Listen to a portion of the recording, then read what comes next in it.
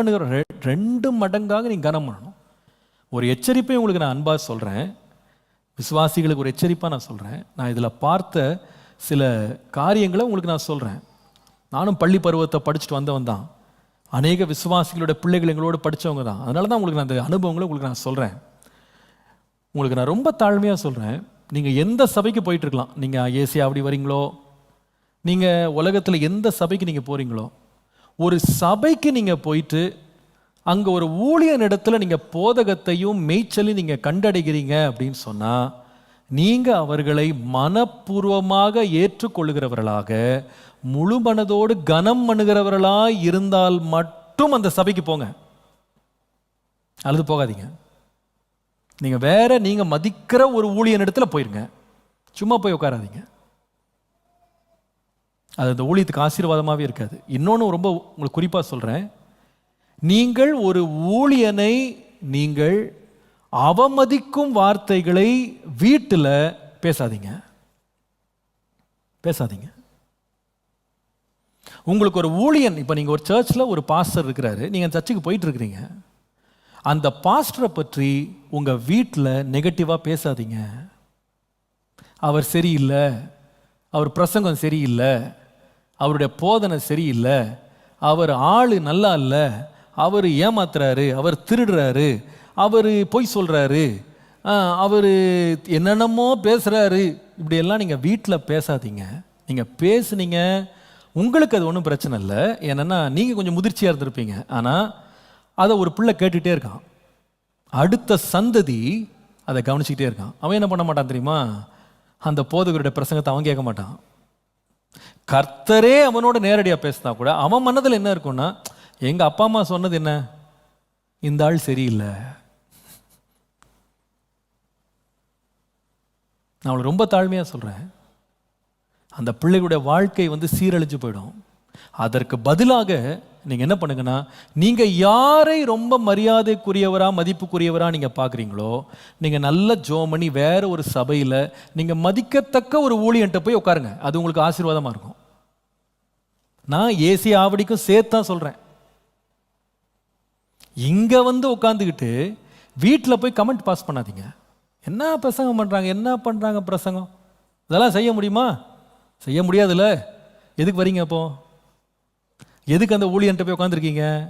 இந்த வார்த்தையை ஒரு சின்ன பிள்ளை கேட்டுக்கிட்டு இருக்கிறான்னு சொன்னால் அவன் என்ன பண்ண மாட்டான், நாளைக்கு அந்த ஊழியனை சுத்தமாக மதிக்க மாட்டான். இது பள்ளிக்கூட பிள்ளைகளுக்கும் பொருந்தும்.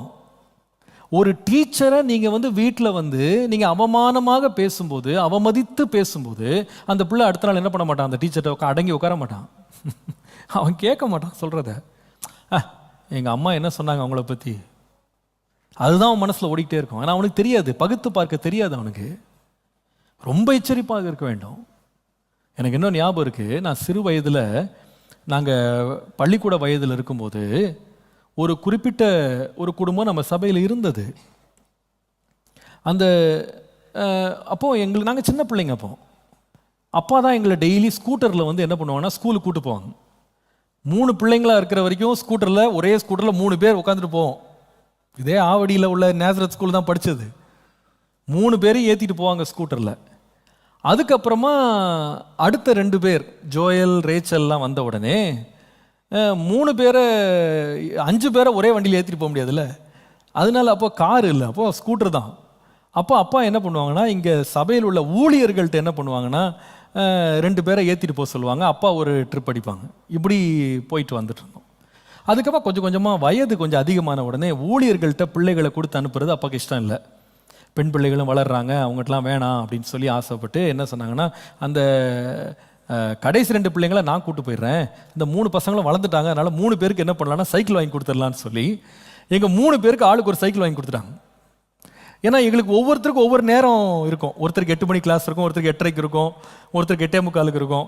அது மாதிரி கிளாஸ் முடிகிறதும் பார்த்தீங்கன்னா ஒருத்தருக்கு 3:45 முடிஞ்சிடும், ஒருத்தருக்கு 4:30 முடியும், ஒருத்தருக்கு ஸ்பெஷல் கிளாஸ் வச்சு 5:30 முடியும். 3 சைக்கிள். அதனால் போய் நம்ம சர்ச்சில் ஒருத்தர் இருந்தார், அப்போ சைக்கிளில் இருந்தார். அவர் அந்த கடையில் போய் அவர்கிட்ட சொல்லி எங்கள் 2 பேருக்கு ஜென்ஸ் சைக்கிள், அவங்க என் தங்கைக்கு ஒரு லேடி சைக்கிள் வாங்கி, அது ரொம்ப கஷ்டப்பட்டு வாங்கி கொடுத்தாரு. அது அந்த காலம் ரொம்ப கஷ்டம், அந்த சைக்கிள் வாங்கினதே பெரிய கஷ்டம்தான். அப்போ வாங்கி நாங்கள் புது சைக்கிளில் போய் ஸ்கூலில் எங்களுக்கு சைக்கிள் கிடைச்சது பயங்கர சந்தோஷம். இப்போ பசங்களுக்கு பைக்கு கிடைக்கிற மாதிரி அன்னைக்கு சைக்கிள்ன்றது தனியாக சைக்கிளில் வர்றது, ஐயோ அதுக்கு என்ன ஒரு அது ஒரு ஒரு தனி ஒரு அது ஒரு மரியாதை தான் அது சைக்கிளில் வந்து இறங்குறது ஸ்கூலில். அப்போது சைக்கிளில் போனோம். அப்போ ஒரு விசுவாசி இருந்தார், இப்போ இல்லை அவர் இருந்தார். அவர் பையன் வந்து என் தம்பிகிட்ட வந்து சொன்னா, என்ன 3 பேருக்கு 3 சைக்கிளா, சர்ச்சு பணத்தை எப்படி வீணாக்குறீங்க? எங்கள் அப்பா சொன்னார், சர்ச்சு பணத்தை எப்படி வீணாக்குறீங்க, 3 பேருக்கு 3 சைக்கிளான்னு கேட்டார்.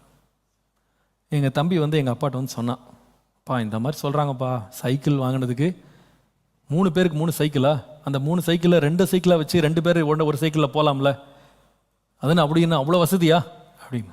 அப்பா எதுவுமே பதில் சொல்ல, ஒரு பதிலும் சொல்ல. அப்பா எதுவும் பேசலை, விட்டாங்க. சரி போட்டும்பா, விடுங்க பாருங்க, எதுவும் பேசாதீங்க, விடுங்க அப்படின்ட்டாங்க. காலங்கள் கடந்து போனது. அந்த பையன் நீங்கள் அந்த சம்பவத்துக்கு அப்புறமா பார்த்தீங்கன்னா கொஞ்சம் கொஞ்சமாக சபையை விட்டு விலக ஆரம்பித்தான். சண்டே ஸ்கூலுக்கு வரமாட்டான், சர்ச்சுக்கு வரமாட்டான். அப்படியே பின்வாங்கி கடைசியில் யாராக மாறினானோ ஒரு நல்ல குடிகாரனாக மாறினான். வேதனையோடு நான் சொல்கிறேன், இன்றைக்கு வரைக்கும் அவன் குடிகாரனாக தான் இருக்கான். இது எங்கே முளைச்சது நான் நினைக்கிறேன்னா, தான் போகிற சபையினுடைய ஊழியனை குறித்து குறை சொல்லி பேசும் பழக்கம் வீட்டிலே இருந்தால் அந்த பிள்ளை சத்தியத்துக்கு செவி கொடுக்க மாட்டான். ஆனால் அதே இது தன்னுடைய தகப்பனும் தாயும் தான் எந்த சபைக்கு போகிறாரோ அந்த ஊழியனை மதித்து அவர் சொல்லுகிற வார்த்தைகளை தேவனுடைய வார்த்தைகளாக ஏற்றுக்கொண்டு மரியாதை செலுத்துறத பிள்ளை பார்த்தா அவன் என்ன செய்வான்? மரியாதை செலுத்துவான். இதை நான் வெறும் தேவ ஊழியர்களுக்கு மாதிரி சொல்கிறேன், உங்கள் பிள்ளைகளுடைய சண்டே ஸ்கூல் டீச்சர்ஸ்க்கும் சேர்த்து சொல்கிறேன். உங்கள் பிள்ளை வந்து சண்டே ஸ்கூல் டீச்சரை பற்றி 2 குறை சொல்லலாம், நீங்கள் உடனே ஜாலரா போடாதீங்க.